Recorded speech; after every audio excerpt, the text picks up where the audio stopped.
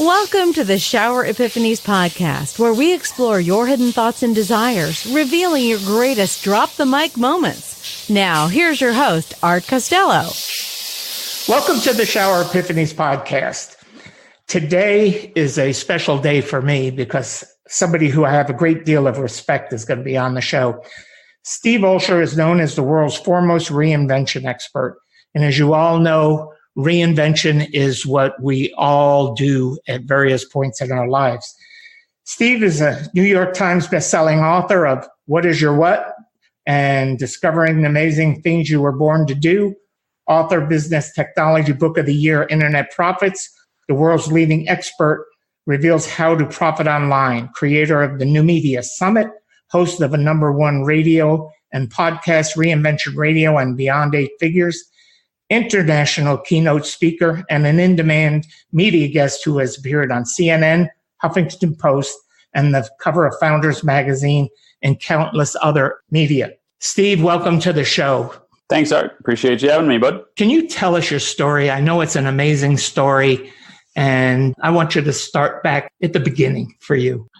Yeah, well, man, how much time do we have, right? So the story, I think, at least for this conversation, really begins in my years of just tapping into, I believe that we all have unique gifts, right? Singular talents, special ways, if you will, to really shine. And so for me, it's always been as an entrepreneur. I mean, from the time I was old enough to pick a rake up and try to move some leaves around to shoveling snow, with the sidewalks and the driveways. I mean, the whole nine. I think even from the time I was maybe 12, 13 years old, I was pretty darn entrepreneurial. And that led to a number of different endeavors, not the least of which was DJing in clubs. And around 19 or so, I had just kind of it was one of those just kind of a burning feeling like you just have to do something and you don't know where it comes from, or I guess maybe it's like in a shower epiphany, right? I mean, but it just comes from somewhere there. And for me at 19, it was, after having DJed in clubs for a long time, I need to open my own club. And so I had built up a pretty decent following, but I was 19 and I had known at that point that obviously it couldn't be an alcohol-driven club. It was going to have to be a non-alcoholic club. And I kind of thought that would be a good idea, from the standpoint of we could do a non-alcoholic club that would cater to teenagers early, so maybe those 18 and under early, and then we could close down and clean up, and then we'd reopen like around midnight or something like that, and we'd stay open from midnight till 3, 4, 5 in the morning, however long people wanted to stay, for those who were 18 and over. And so as I was kicking around this idea, and I thought that it held a lot of potential because there wasn't anything like it in the area where I was at the time. I was talking to a friend of mine about this idea. He was actually a golf coach. I was trying to learn the game, and he was helping me with that game, but he was also pretty good about talking about life and things that were going on in the world. And I told him about the idea, and I kind of laid him through it. I was stepping through it. He was just like, okay, well, it certainly sounds like a good idea. It certainly sounds like it has a lot of potential. So why don't you just share with me what your concerns are? Like, why wouldn't you do it? And I told him, I was like, well, I guess I'm afraid of looking bad. I'm afraid of losing money. I'm afraid of not being able to recover. I don't know. I guess I'm just thinking all these worst case scenarios in my mind here. And he said, well, let me ask you this. What are you doing right now for money? And I told him, I said, well, and this is what I was doing at the time. I was waiting tables. I was DJing in clubs, and I was pumping gas. And how you have thousands of conversations with people and, millions of conversations with people, and millions of things are said to you over the course of your years. But this is one of those sentences that has really just stuck with me for my entire career, especially, certainly from a business perspective. And what he said to me was, I don't even know if he realized how profound that statement was, and I'll share it with you here now. But what he basically said is, look, I like the idea of the club. I think it holds a lot of potential. And in a worst case scenario, if things don't work out with the club, you can always go back to pumping gas. And it was just one of those things, again, that really just laid heavy on me because he was right. The fact is, even at 19, I mean, I had accomplished certain skills that I could always go back to if I absolutely have to keep the lights on, if I absolutely have to put food on the table, et cetera, right? And so that's a mantra I've tried to live by, really, for the better part of the last 30-odd years.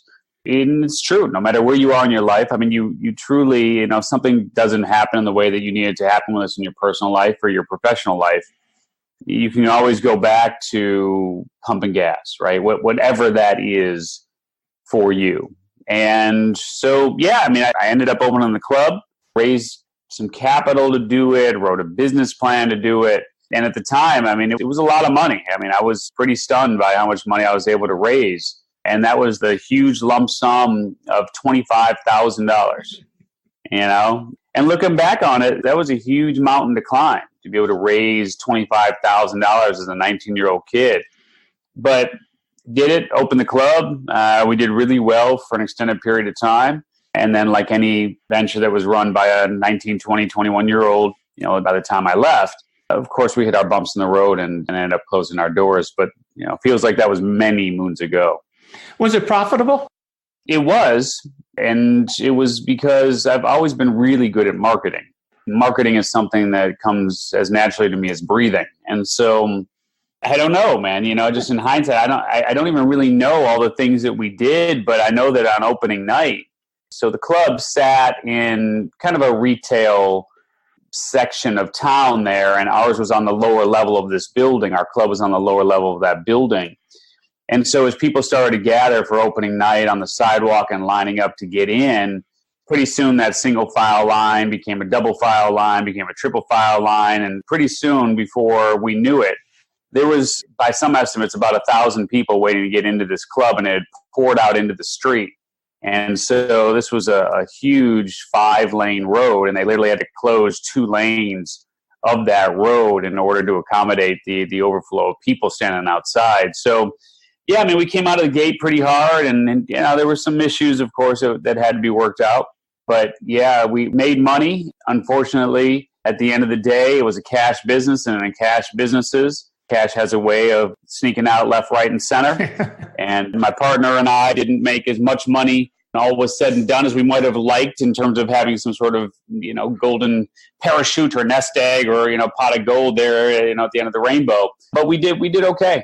And live and learn. And you kept going, no matter what obstacles you ran into. The need to have closure in any given situation is sheer human nature. And when it comes to romantic relationships, this desire skyrockets. Has your previously failed relationship left you in immense pain? It's not uncommon for people to shy away from a new relationship after their first one fails miserably. The fear of the unknown makes them hide in a shell to prevent any future heartbreak. Relatable? Despite wanting to love and be loved, you can't take the plunge if your mind and heart are still locked somewhere in the past.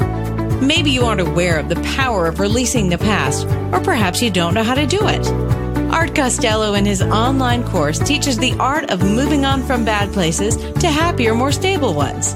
This course can change your life for good, helping you beat all kinds of negativity on the road to eternal bliss. Sign up now before the gloominess gets the better of you at expectationacademy.com. One of the things that I find fascinating about it is I have another friend who started out in the club business, but she had a really unique thing. She started booking couples into clubs in Phoenix and Las Vegas. In other words, her business was she would go to the club owner, and then they would hire her to bring couples into the club. And it led her into one of the most successful social media companies in the United States right now. She's just flourishing. So it's always interesting to me, when we get into these businesses, what they lead to next. And that's really what I'm after with you, is what was next, how it propelled you into your next venture. Yeah, so when the club ran its course, I ended up going back to Chicago, which is where I was born and raised. And my grandfather had started Foremost Liquor Stores in Chicago, which at one point had stores in, and I believe we were in 12 different states at some point there in the 80s. But anyway, my grandfather started Foremost Liquor Stores, and my mom had gone to work for my grandfather back in around 77 or so when my folks got divorced. And so when things went to hell with the club, my mom had invited me to come and take a look at what we were doing with the family business to see if that would be of interest. And they were sort of in this limbo period of trying to figure out what was next and so on. And while I didn't love the liquor business and I'd never been a big drinker, as I shared with you there, I mean, it was a non-alcoholic club that I opened, right? So never been a big drinker, but I thought there might be an interesting opportunity there. And, of course, being whatever I might have been at that point, 21, 22, 23, whatever I was, I didn't know what my options were. I didn't really know what I wanted to do. I just knew that at least I felt that I wasn't wired as a typical corporate employee, like where I wanted to go and get a typical 9 to 5, unless that 9 to 5 was something that I was actually running, and it was my endeavor. So, fast forward a little bit. So I came back home and had an opportunity to sit down with Mom and Grandpa, and we were talking about things. And there was a very small piece of the Foremost puzzle, which was called Foremost Liquor by Wire. And basically, liquor by wire was, if you think about FTD for flowers, that's what liquor by wire was. So in other words, if you were in Texas and you wanted to send a bottle of champagne to a friend in New York who just closed a big deal, you would call us on our 1-800 number. And at the time we called it a Watts line. And we would take that order and we would then have that order delivered by a local New York retailer. And so we had a pretty good network of Foremost and non-Foremost stores throughout the country. But the business itself wasn't doing much. I mean, it was, I don't know, maybe doing, a few orders a week. There days would go by and the phone wouldn't ring, right? So nobody really knew about it. I thought it had pretty significant potential. So I said, you know what, let me try to dig in here and let me see what I can do. And so that was 1991. And that's exactly what I did. I started digging in with this whole Foremost Liquor by Wire piece and created a catalog that was supported by the brand. So the brands like Absolutes of the world and so on would buy ads in the catalog. And we ended up then sending out that catalog to consumers, buying direct mail lists and so on, and giving people the opportunity to send gifts of wine, champagne, spirits, gift baskets, to others across the country. And then we were able to expand into Canada, and then we were able to expand into Mexico and to some of the other international places. And by the time AOL and CompuServe and Prodigy and all that fun stuff started to hit the grocery stores pretty hard in 93 with their discs, I said, you know what, this is a pretty interesting opportunity. And so looked into the different options there in terms of the online world and decided that CompuServe was going to be the horse that we were going to ride. And so sure enough, we launched I guess what you would call a store on CompuServe's electronic mall in 1993. And so we were really early in the online space. That led to creating a fully functional e-commerce built from scratch site in 95. And by the time 98 rolled around, we were in a pretty decent position to try to move, even further down the path. And so I decided at that point that, number one, let's move away from Foremost Liquor by Wire and just call it Liquor by Wire. And then number two, let's see if we can't find a better domain for what we're doing here. And that's when I was able to track down the liquor.com domain and the bourbon.com domain to ostensibly a kid that was squatting on the domains. And he was in Northern California. We were in Chicago. Ended up making contact with him, and we ended up buying both domains for $7,500 in 1998.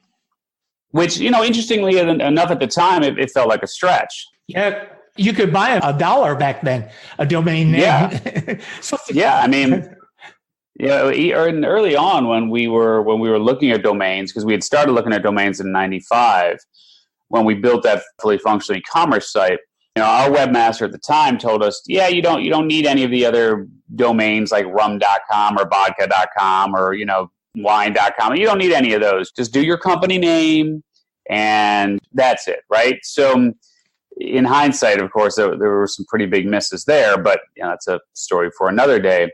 But we ended up investing in the liquor.com domain, got the bourbon.com domain as well. And that really gave us the opportunity then to take advantage of so much of what was going on in that whole dot-com world, because that was around the time where things were pretty crazy. I mean, the venture capital world was going pretty nuts. I guess the best way to put it is, ideas on a napkin were getting funded with millions of dollars. And so here we were. We had a great category killer domain. All of the quote unquote heavy lifting was done. All of our foundational pieces were in place. We were doing millions of dollars in revenue. We just needed more people to know that we existed. So that's when we thought, you know what, maybe we can take this company public, because that's what a lot of companies were doing at that point. And so, we just really got blinded by the dot-com light and bought into the whole mentality of, look, you need to raise a lot of money. You need to sign away your management rights. Wall Street wants to see gray hair, like the whole nine. You got to bring in all these lettered saviors, the CEOs, the CFOs, the CTOs, the WTFs. All these people, right? And again, just being blinded by the dot-com light, being blinded by the potential for making millions, hundreds of millions. It was nuts. We did exactly that. And we invested a lot of money to take the company public and raised a lot of money to take the company public. And then March of 2000 was the time that we had everything put together and we were ready to go public. And I think it was roughly a week before we were slated to get out, the market imploded. And that was when that whole dot-com bubble burst. And it was pretty clear pretty quickly that all of these people that we had brought in to take us to this promised land really had no clue what they were doing. And really all they were going to do is they were just going to spend their way through it, figuring, we're going to go out, we're going to raise $118 million here, which is what we were planning on doing. And with that in hand, they'd be able to just spend their way to figuring it out. So within 9 months of that debacle, I literally walked away from the entire company, including the domains, which I had brought in more on a personal level than on a corporate level. But that was 2000. And by the end of 2000, I literally walked away from everything. Has anyone ever inspired you to discover a happier, healthier, and more fulfilled you? It is a magical experience, isn't it? Inspiration is indeed very powerful, yet it's often undermined. It can lift you from the ground to the sky in no time. Have you ever thought about returning the favor by inspiring the people around you? If you don't think you have it in you, we have good news for you. Art Costello's online course has everything you need to learn to supercharge yourself and shape your character into a powerful personality. Get ready to discover your strengths and unleash the creativity within. Don't believe it? Check it out yourself by signing up for this life-changing course at expectationacademy.com. That's expectationacademy.com.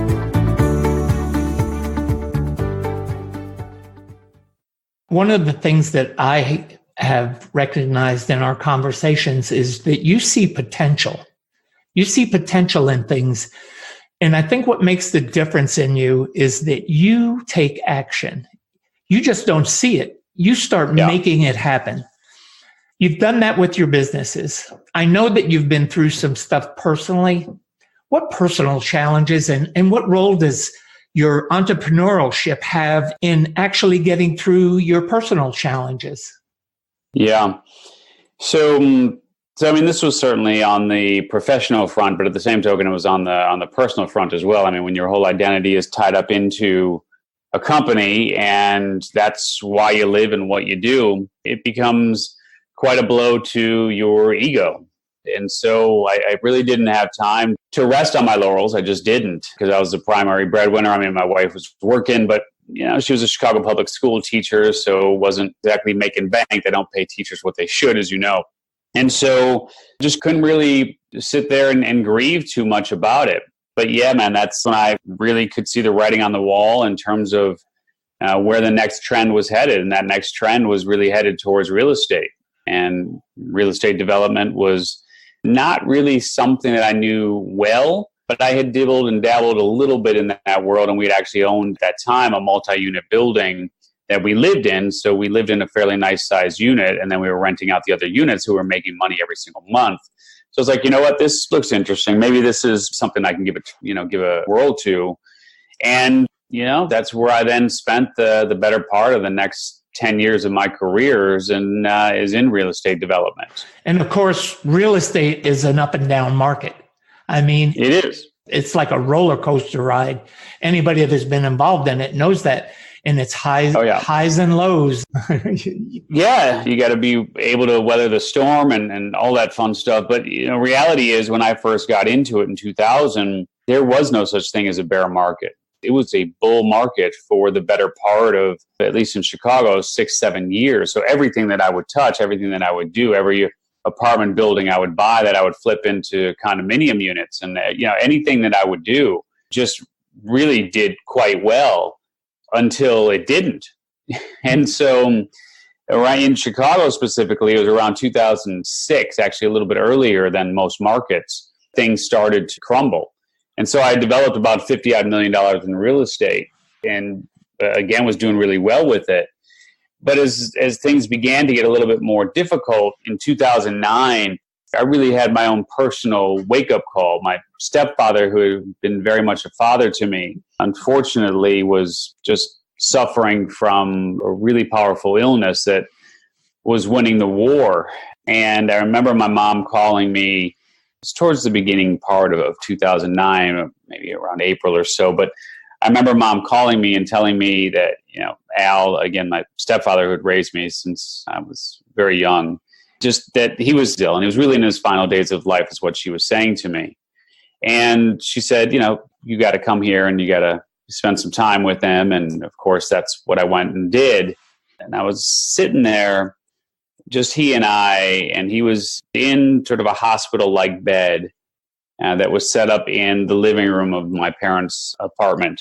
And so I think the family was off elsewhere. I'm not exactly sure where they were, but somewhere else in the house, or maybe they'd gone out to get some food or whatever it was. And as I was sitting there alone with Al, I was holding his hand. And this was about 48 hours or so before he passed. And so he could no longer talk. He wasn't, communicative in terms of anything verbal, but I was holding his hand. And I believe we were able to perhaps connect then through that point of physical touch, because as I held his hand, I actually had a vision of my funeral, not of his funeral, but of mine. And I was in a coffin. It was dark, it was damp, it was cold. There were little sort of slivers of light coming through. I could kind of make out, a handful of people gathered around. Couldn't really see who they were, but I could tell it wasn't a huge crowd by any stretch. But I remember being in that coffin, being lowered. They were lowering me into the ground. And basically, the words that were being spoken graveside were, "Here lies Steve Olsher. He dedicated his life to chasing the almighty dollar." And that was all that was said. And so, as I tried to make a sound, as I tried to let people know I was alive, I was in there, nobody could hear me. I obviously couldn't make any sounds. And that was the scene. And so it was interesting because I think that my stepfather was really just trying to connect with me in that moment to say, this is your inevitable fate. Unless you change course, unless you do something different here, you might do well, you might make a lot of money, but your life is really going to be important to you and those closest to you, but really no one else. And so that was a wake-up call. That hit me really, really hard. And it was one of those moments where it was like, I'm going to either continue down this path that I forged, or I'm going to try to do something completely different. And I really didn't know what to do. I didn't know how to do anything different. I just, I didn't know. But I knew that there had been certain struggles and trials and tribulations that I had endured at that point, let's just call it 20 years of being an entrepreneur. And I thought maybe I could help others save themselves from some of the inevitable brain damage that goes hand in hand with trying to do this on your own. So I didn't know, but I knew I had to put some things down on paper. I knew I didn't want to reach my deathbed without having shared some of the things that I felt like had worked fairly well for me in my life. And so that's what I started doing. That was really the first step there is, let me try to write a book and put some of these ideas down on paper that might, again, help people become much clearer on who they are and how they can get from point A to point B faster with less trial, less tribulation, and with a lot more sense of contribution and fulfillment. What you had was quite an epiphany when you really think about it. When it moves you to take immediate action, those are life-altering epiphanies that we have. Yeah. Trouble with most people is they don't pay attention to them. They just bury them and they don't listen to them and they don't take action. And, when you do, it can really lead you down a path of finding yourself. And tell us where it's led you now, because you've built a powerful platform and you really do help a lot of people in a lot of different ways. Yeah.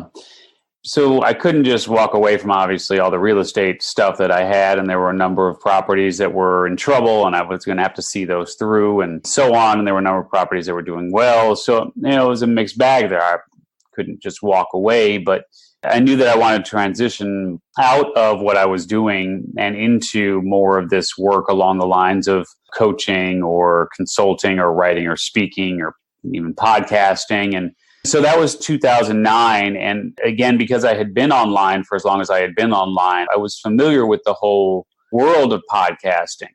And radio, to me, has always been kind of the holy grail. I mean, I love radio. I love the banter. I love the chit-chat, the whole nine. And so I thought to myself, you know what? Radio's great, but reality is you can only reach so many people with a radio show. You have a signal. That signal is going to go as far as it can go. And then the number of people who hear that signal or tune into that signal it's only going to be as many as, number one, that radio station is marketing for people to tune in. And then number two, just the luck of the draw in terms of timing. Is someone listening at that exact moment in time where they can actually access that signal, right? And so I had always felt like as soon as I heard about podcasting, that might be something that would be pretty interesting to pursue. But reality is, technology had not caught up with demand even at that point in terms of the ease of accessing a show. I mean, today you just push a button on a dashboard of your car and, poof, there you have a podcast. But for many, many, many years, you would have to go through a significant number of steps in order to access a podcast. I won't go into the details, but just know that if you weren't fully committed to downloading and listening to that episode, it wasn't going to happen easily, right? So I said, you know what, let me see what I can do here to start a show, right? I'm looking to reinvent my life. Maybe I can sit down and talk with people who have been reinventing their lives. And the idea for Reinvention Radio, which is kind of a funny name because it was a podcast, which I first started doing in 2009. So the idea for Reinvention Radio was really born at that time that I started to write and started to think about, hey, if I'm doing these things to help others and sharing what's worked well for me, maybe I can bring on other people who reinvented their lives and they can share what's working well for them. And I was fortunate enough to somehow stumble across Steve and Bill Harrison of Bradley Communications. They have a radio and television interview report magazine, and they have a program called Quantum Leap, which I believe they actually still do to this day. And somehow I came across them, and it was a huge leap to be able to do it, because I think it was like a $12,000 investment to work with them for a year in 2009. But I said, you know what, I'm gonna go ahead and do this, because their promise was to be able to help get a book out, to be able to create a podcast, to be able to become a speaker, the whole nine of sort of becoming this expert, if you will. And so I took that leap of faith, and they were very, very helpful in helping to show me what was possible in this world, because the reality was, I was a businessman. I had no idea how to become the business itself, right? Where I would actually be the man of the business, so to speak, and that people would be investing in me and my personal brand. And so it was really helpful, really opened my eyes to a lot of what's possible there. And so I did finish the book. It ended up becoming called Journey to You, a step-by-step guide to becoming who you were born to be. I won't bore you with the details, but I had thought that I had written the best book on God's green earth when I first wrote that manuscript, and I submitted it to a couple of contests. And basically, in both cases, they said, this is pretty much the worst thing that we've ever read. And so it was a blow to the ego, but I ended up saying, hey, if I'm going to commit to doing this the right way, let me find a really good developmental and grammatical editor who can help make this thing what it needs to be. And sure enough, I did exactly that. Originally, the book was called Break the Pattern. And this gentleman that I hired came back with the name Journey to You. And he took my 80,000 word document, and it was really a diatribe at that point, and cut it down to about a 40,000 word, much more concise, much more clear document that ended up becoming, as I said, Journey to You. And so it's just been a really interesting learning process all along the way. But I certainly will say that, number one, having the ability to put my thoughts down on paper, it's really kind of lifted a certain weight from my shoulders. Like I said, I knew I didn't want to hit my deathbed without sharing some of these things that had worked well for me, in the hopes of really being able to help others shorten their learning curves, etc.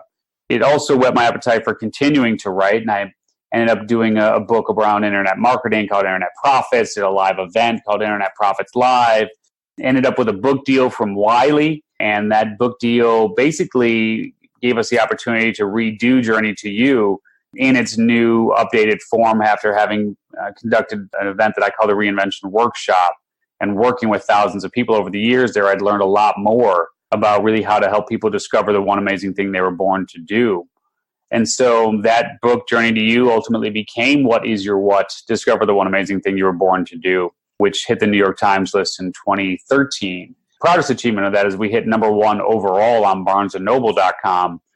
Stood above Bill O'Reilly and some others at that point, which was super cool. But, like you said, man, it's been a journey. And nowadays I teach people how to leverage the power of new media to share and monetize their mission and their message. So specifically podcasting. And we met, I know you've come to our event, the New Media Summit, where we give 150 attendees the opportunity to take center stage and pitch top podcasters on who they are and what they do. And they literally get booked on the spot. So yeah, it's been an interesting journey. Lots of ups and downs along the way, man. But I know we only have so much time. Yeah, we do. Don't know which direction you want your life to take? Are you sinking deep down into the pit of uncertainties day by day? So, what's the secret to leading a happy, satisfied life? It's taking matters into your own hands. But what if the matters in question are a total blur? Art Costello's Expectation Academy course aims to tell you exactly how you can get some clarity in your life. This course can be your savior on your journey to reinventing yourself. While you certainly can't plan your whole future ahead, you can definitely control twists and turns your life takes. So what are you waiting for? Sign up for this course now at expectationacademy.com. Get a chance to broaden your horizons and add meaning to your life. That's expectationacademy.com. One of the things that I recognize again in you is that you see the big picture. You see the big picture in things. And then again, as always, take action. Yeah. That's really, really important, because if you can't see the big picture, you can't see the potential in things, then you kind of stymie yourself. You kind of get into that fearful thing. But when you have confidence in it, it really moves you. Steve, it's been a pleasure having you on the show. I really want to give you an opportunity to tell us what's coming up, where people can get a hold of you. And I'm going to encourage the audience to reach out to Steve, because he is really the real thing, and he's genuine, and he cares. He really cares about what he's doing. Yeah. And the people that he helps. So can you kind of tell us in the next 5 minutes what's coming up, what's going on, and what we're going to hear from you in the future? Yeah, man. So appreciate the opportunity. And, look, I think I should probably just backtrack for 2 seconds and just say, in Authorland, we write the book that we most need, right? And so Journey to You, which eventually became What is Your What, really was the book that I needed during those transitionary times where I was trying to figure out how to reinvent my life and what to do next. And for most of my adult life, believe it or not, I've actually struggled with trying to identify how I'm naturally wired to excel and trying to identify what it is that I'm really good at, and the gifts that I have and how I can share those gifts and then make money from those gifts. And so, Journey to You, and then subsequently, What is Your What, really is the book that I wish I had when I was in that phase of trying to reinvent my life. Because having done the Myers-Briggs and the What Color Is Your Parachutes and the Strengths Finders and the, you name it. I mean, they all really just left me with more questions than answers. And so I knew there had to be an easier way, as I said. And that's what we ended up doing in terms of my editor and I, in terms of creating the What is Your What framework. Because in What is Your What, it really does help people to identify their core gift, the primary vehicle they'll use to share that gift, and then who the people are that they're most compelled to serve. And so if you're struggling to figure out your core gift and your primary vehicle and the people that you're most compelled to serve, those are the three pieces of the What is Your What framework that really enable you to hit the ground running once you have those answers. And Lord knows the majority of the world, including myself for so long, struggled with answering one part of that equation, let alone all three. And so, look, if you are in that place where you want to figure out really who you are, how you're naturally wired to excel, what comes as naturally to you is breathing, and really what puts fire in your soul, then I'd highly recommend starting there. Because my work has really helped, shall we say, over the years, I've helped tens of thousands of people, hundreds of thousands of people now discover, share, and monetize their what. So that really is the basis of the work that I do. And it all begins with answering that core question of what is your what? And so if you're there and you don't know that answer, we actually give away the entire New York Times bestseller for free, Art, and we do that at whatisyourwhat.com. So folks can start there. And so go to whatisyourwhat.com. You can grab a free copy of the entire book. And then if you're more in the, I know what my what is, but I need to share it and monetize it in a much more powerful way, then I'd certainly say that you do what Art did, right? Which is come to the New Media Summit. I mean, it's a phenomenal opportunity for you to get booked on today's top podcasts, for you really to learn how to leverage and monetize the power of new media and how to turn every visibility opportunity into revenue. And of course, the highlight of the show there is you get to take center stage. And Art, it's even changed since the last time you were there, man. But now everybody takes center stage to pitch the entire audience and everybody on the live stream on who they are and what they do. And we just have a rocking good time there. You'll leave with more friends than you could shake a stick at. And you will get booked on the spot. We have a 100% track record of people coming to the New Media Summit and getting booked on the spot. So, we've got a couple of events coming up. And, of course, you can get details there at newmediasummit.net. And we'd love to have you there. Well, I can attest to New Media Summit and its effectiveness in helping become better and certainly meeting friends. I was booked 37 times on the first one I went to, and this last one I attended. I have not only booked guests on my show, but I'm now booked on a lot of the Icon show. Can you tell us a little bit about the Icons and how it works? Yeah, sure. So we call the podcasters who come to the event, we call them icons of influence. And these are all professional podcasters, if you will, from the standpoint of they've all done more than 100 episodes. They're all making money, leveraging what I call the business of podcasting, as opposed to looking at strictly podcasting as a business. And they all conduct interviews, and they're all looking for guests just like you. And, reality is that they, like me and my team, we actually take great pride in featuring people that the world hasn't heard from a million times. Nothing against the usual suspects, the people who you've heard from over and over again, nothing against them, but we know their stories. We know who they are. We know what they stand for, right? And frankly, inviting people like that onto our shows, that's easy. The hard part is finding people like you, right? People who have these amazing, unique stories that the world hasn't heard from a million times. And so the icons that we bring into the New Media Summit all share that same approach as we do, which is we're looking for awesome guests. We want to feature people that the world hasn't heard from a million times. And we understand that, some of the most quality conversations that we've ever had are with people who have been through the most extraordinary circumstances in life, and what they've, had to endure to get to where they are now. On Reinvention Radio, we say everyone has a story to tell. What's yours, right? so many people, even the person next to you. I mean, you'd never know unless you had a conversation with them. I mean, the person next to you could have the most incredible story, and you'd never know it unless you talk to them, right? And those are the people that we like to bring on to the shows. Those are the people that the icons of influence like to bring on to their shows. And, it runs the gamut of people who join us at the summit, from coaches and authors and speakers and holistic practitioners and business owners to even podcasters, who are looking to get booked on other shows, and so many other different types of amazing people, and people flying from all over the globe to be there. Is there any one liner worth of wisdom that we can close the show with from you? Sure. Yeah, I'm happy to do that. And here's what I would say, which is the fact of the matter is that the world is waiting for you. There are people who are literally praying for you to show up in their lives.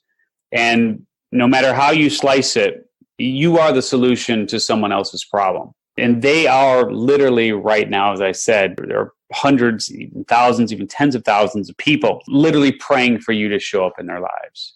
And I think we have an obligation to do whatever it takes to be able to reach them.